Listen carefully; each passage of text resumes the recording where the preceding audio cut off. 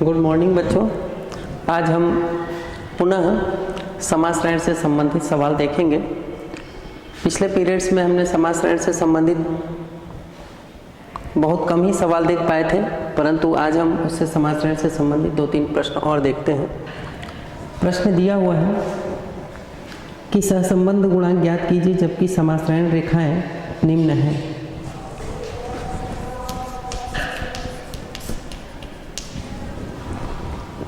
सहसंबंध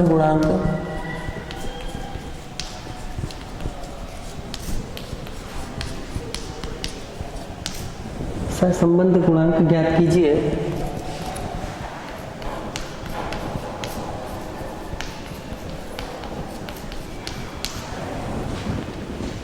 जबकि समासरण रेखाएं निम्न हैं।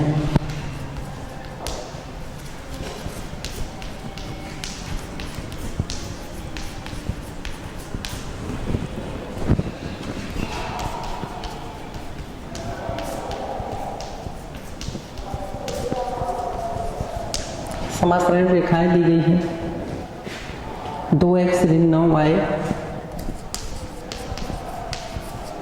धन 6 बराबर 0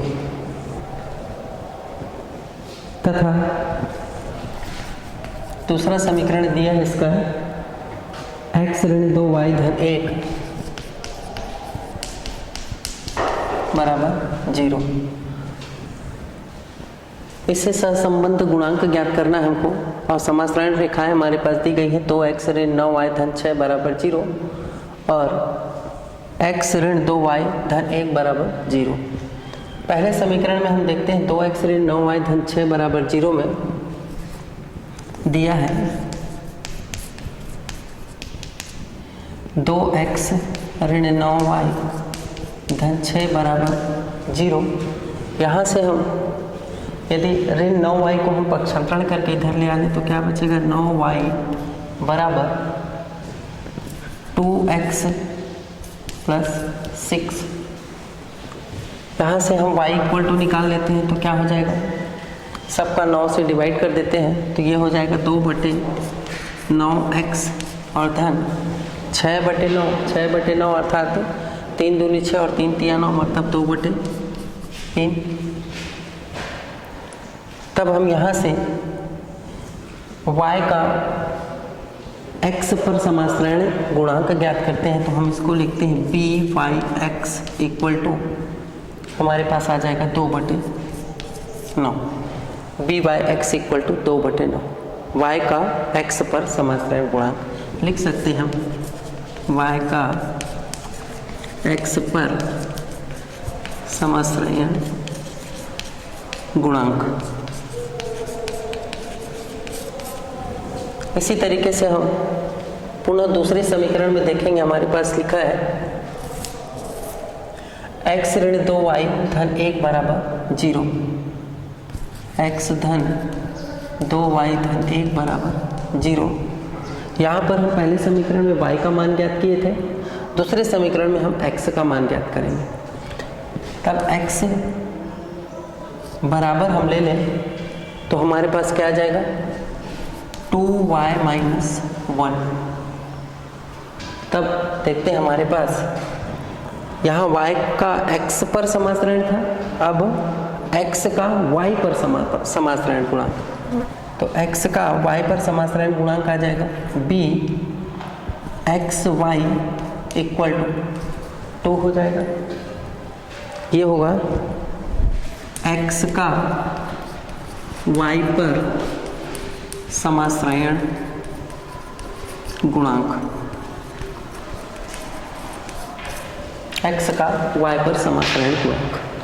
जब हमारे पास y का x पर समाश्रयण गुणांक ज्ञात हो गया और x का y पर समाश्रयण गुणांक ज्ञात हो गया, तब हम यहाँ से सहसंबंध गुणांक ज्ञात करते हैं। और सहसंबंध गुणांक क्या होता है कि समाश्रयण गुणांकों का गुणोत्तर माध्य जो होता है वो सहसंबंध गुणांक होता है। तो हम यहाँ से सहसंबंध गुणांक ज्ञात करते हैं।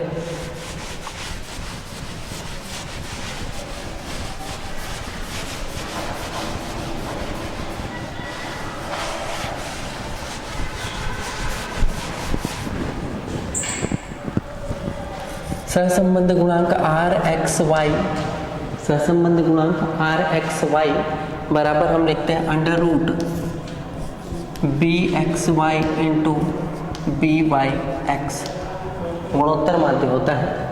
हमारे पास बी एक्स वाई और बी वाई एक्स का मान दिया हुआ है, हम इस मान को रख देते हैं R X Y equal to हमारे पास हो जाएगा अंडर रूट 2/9 इंटू 2, तब हमारे पास इसको लिख सकते हैं अंडर रूट 4/9, तब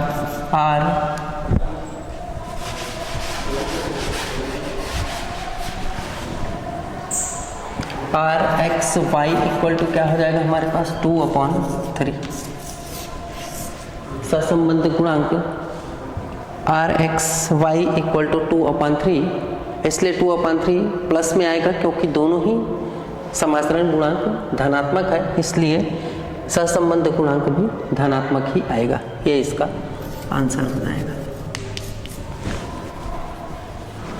तो हम देखते हैं कि यहाँ पर सहसंबंध गुणांक जो है R X Y equal to 2/3 सहसंबंध गुणांक को प्रदर्शित करता है। इसी पर आधारित हम अगला प्रश्न भी देखते हैं।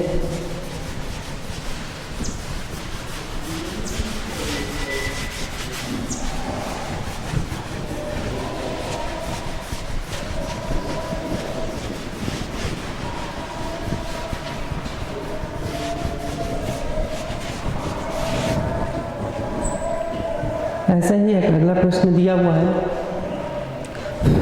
कि क्या निम्न कथन सत्य है, कारण सही समझाइए। क्या निम्न कथन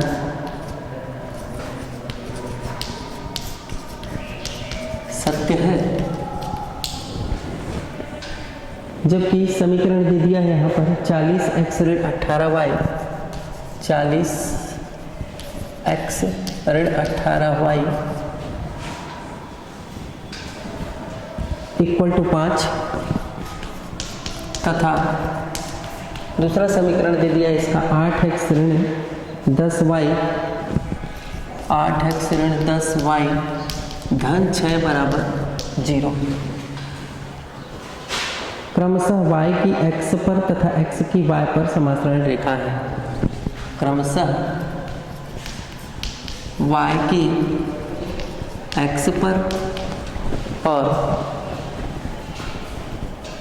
x की y पर समाश्रयण रेखाएं हैं। बता दिया है दो समीकरण 40x ऋण 18y बराबर 5 तथा 8x ऋण 10y धन 6 बराबर 0 क्रमशः y की x पर और x की y पर समाश्रयण रेखा है। हल करते हैं हम। पहले दिया हुआ है कि y की x पर समाश्रयण रेखा है, निकालते हैं। y की x पर समाश्रयण रेखा ज्ञात करते हैं। y की x पर समाश्रयण रेखा है, क्या हो जाएगा 40x ऋण 18y बराबर 5 दिया है। यहाँ से हम y इक्वल टू निकाल लेते हैं हम, तो ये हो जाएगा 40/18 x माइनस 5/18। y की वैल्यू निकालते हैं हम, तो तब यहाँ से हम देखते हैं कि BYX अर्थात y की x पर समाश्रयण रेखा BYX इक्वल टू हो जाता है 40/18। ओके। सेकंड,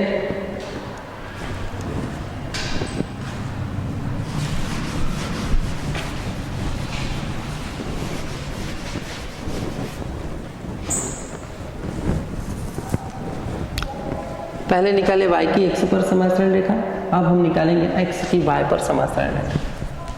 x की y पर समाश्रयण रेखा यहाँ से निकालते हैं हम। समीकरण क्या दिया है, 8x ऋण 10y धन 6 बराबर 0 दिया है। तब हम यहाँ से x इक्वल टू निकाल लेंगे तो क्या हो जाएगा हमारे पास, ये 10/8 माइनस है तो प्लस में चला जाएगा, 10/8y माइनस 6/8। तब यहाँ से देखते हैं हम bxy इक्वल टू क्या हो जाएगा हमारे पास, 10/8। ये होगा x की y पर समांतराल रेखा। जब हमारे पास y की x पर समांतराल रेखा और x की y पर समांतराल रेखा दोनों प्राप्त हो चुकी है, तब हम ऐसी स्थिति में सहसंबंध गुणांक Rxy इक्वल टू ज्ञात करते हैं। Rxy में हम पहले बता चुके हैं कि समाश्रयण गुणांकों का गुणोत्तर माध्य होता है सहसंबंध गुणांक। तो सहसंबंध गुणांक Rxy इक्वल टू हम लोग क्या लिख सकते हैं, √Vyx इंटू Vxy। सहसंबंध गुणांकों का गुणोत्तर माध्य होता है। यहाँ से हम Rxy इक्वल टू निकालते हैं, दोनों के मान को गुणा कर देते हैं, √40/18 गुणित 10/8, दोनों ही पदों को हम गुणा कर देते हैं। तो यहाँ से देखते हैं हम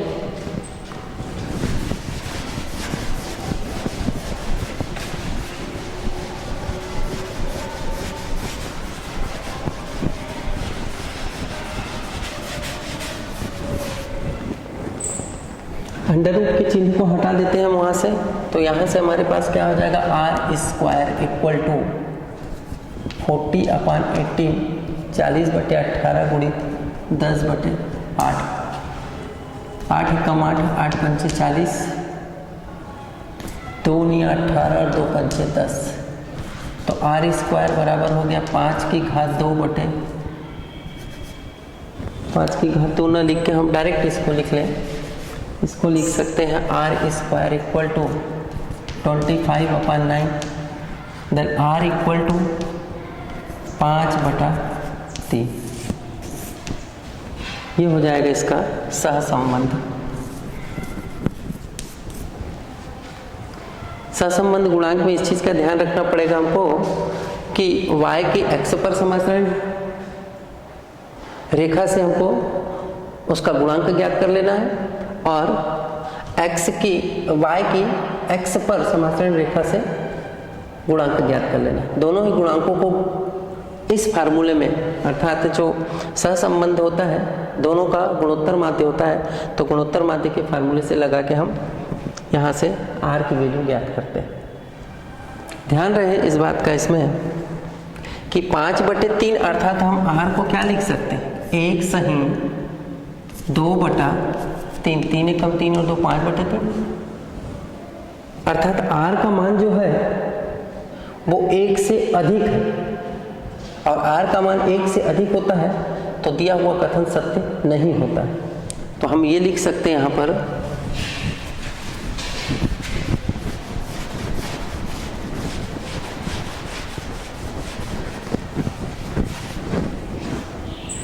ये बताएंगे कि चूंकि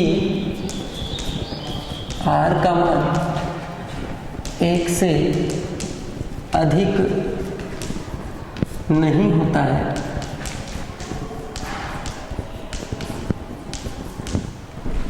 अतः दिया गया कथन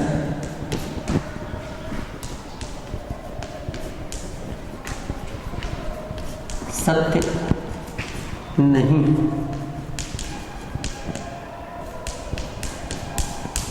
ऐसा आपको लिखना पड़ेगा, क्योंकि r का मान 1 से अधिक नहीं होता है और यहाँ r का मान 1 से अधिक आ रहा है, अर्थात 1 पॉइंट समथिंग आ रहा है, इसलिए हम उसको यह कथन को सत्य नहीं बताएंगे।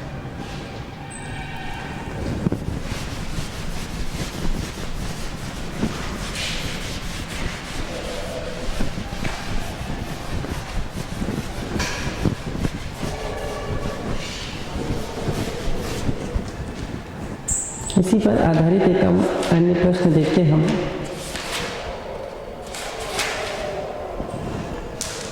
कि निम्नलिखित आंकड़ों में y का मान ज्ञात कीजिए।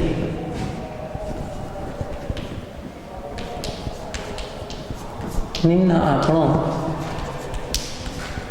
में y का मान ज्ञात कीजिए।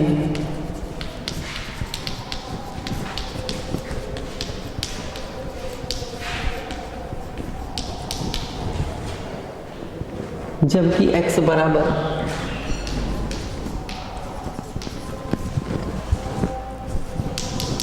70 दिया हो, जबकि x बराबर 70 दिया हो और हमारे पास सारणी दे दी गई है।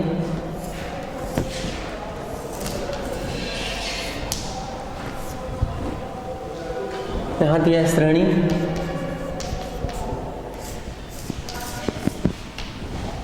और यहाँ दे दिया इसका मानक विचलन।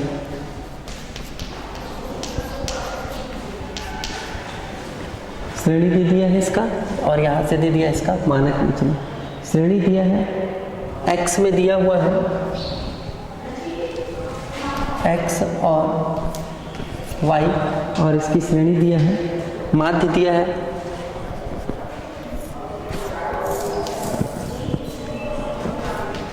ये इसका विचलन हो जाएगा और ये होगा इसका माध्य। माध्य दिया हुआ है इसका 18 और 100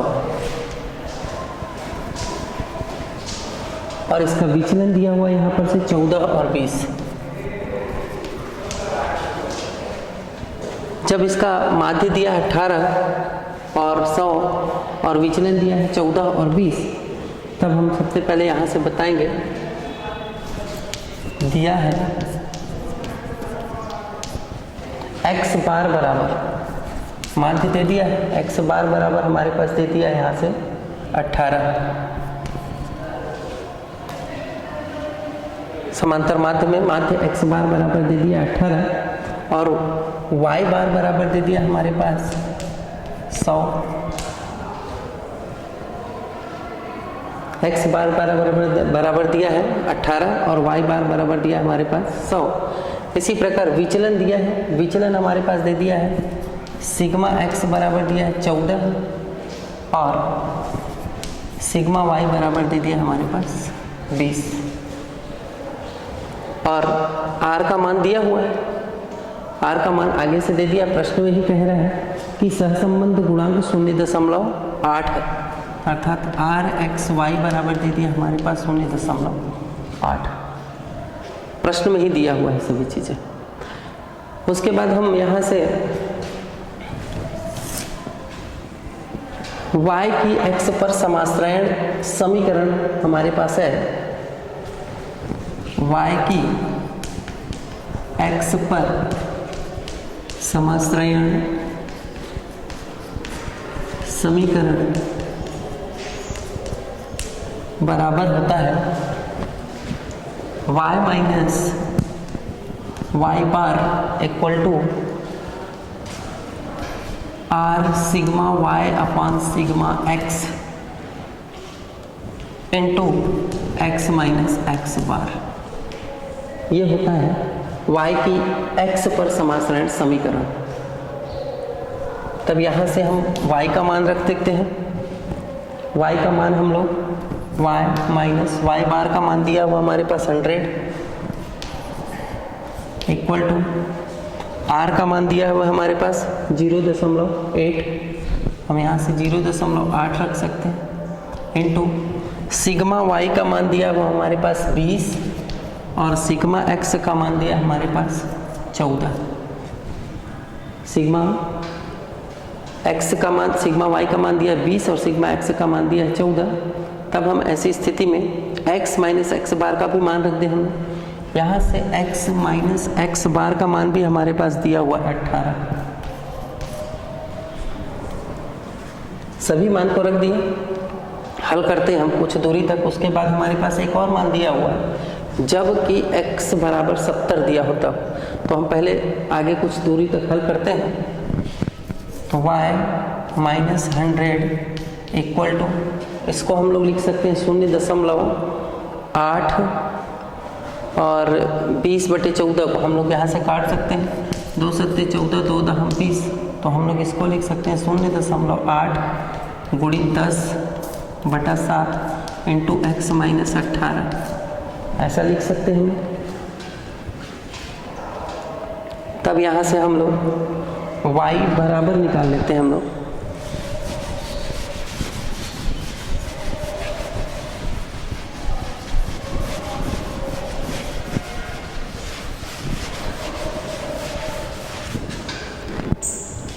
यहाँ से हम लोग y बराबर निकाल लेते हैं हम लोग।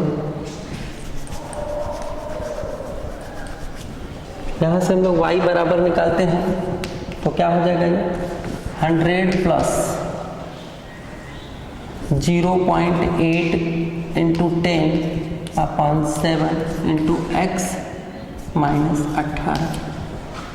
इस मान को हम लोग इस रख देते हैं और हल करते हैं। y बराबर क्या हो जाएगा 100 धन 0.8 को हम लोग 10 से गुणा कर दें तो हमारे पास आ जाएगा, एक और मान रख सकते हैं हमारे पास x इक्वल टू 70 दिया हुआ है, जबकि x बराबर हमारे पास 70 दिया हुआ है, तो हम इसको लिख सकते हैं यहाँ से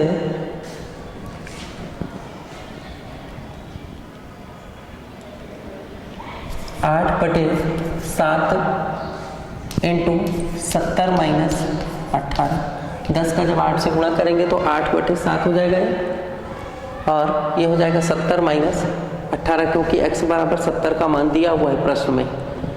तो यहाँ से y बराबर ये हो जाएगा 100 प्लस 8/7 गुणित 70 में से 18 को घटा देंगे तो हमारे पास आ जाएगा 52। 10 में से 8 गया 2, 6 में से 1 गया 5, तो y इक्वल टू आ जाएगा 100 धन 8 गुणित 52 करते हैं तो 8 दूनी 16 का 6 हासिल का 1, 8 पंचे 40 और 1 40, 416/7 हो जाएगा। और यहाँ से हम आगे हल करेंगे तब देखते हैं कि y बराबर 100 धन 416/7, 416/7 को हम भाग लगा देते हैं तो हमारे पास आ जाता है 59.42 समथिंग लगभग। तो यहाँ से हम लोग y बराबर दोनों को जोड़ देते हैं तो 159.42 लगभग लिख सकते हैं। ये इसका y का मान अर्थात 159.42 होता है। इसी तरीके से हम समासरण के और भी अन्य सवाल को आप अपने प्रैक्टिस के लिए कर सकते हैं उपयोग में, और सभी समासरण में ध्यान रखेंगे कि समासरण का मान 1 से अधिक नहीं होना चाहिए। इस तरीके से ये समासरण का अध्याय समाप्त होता है। धन्यवाद।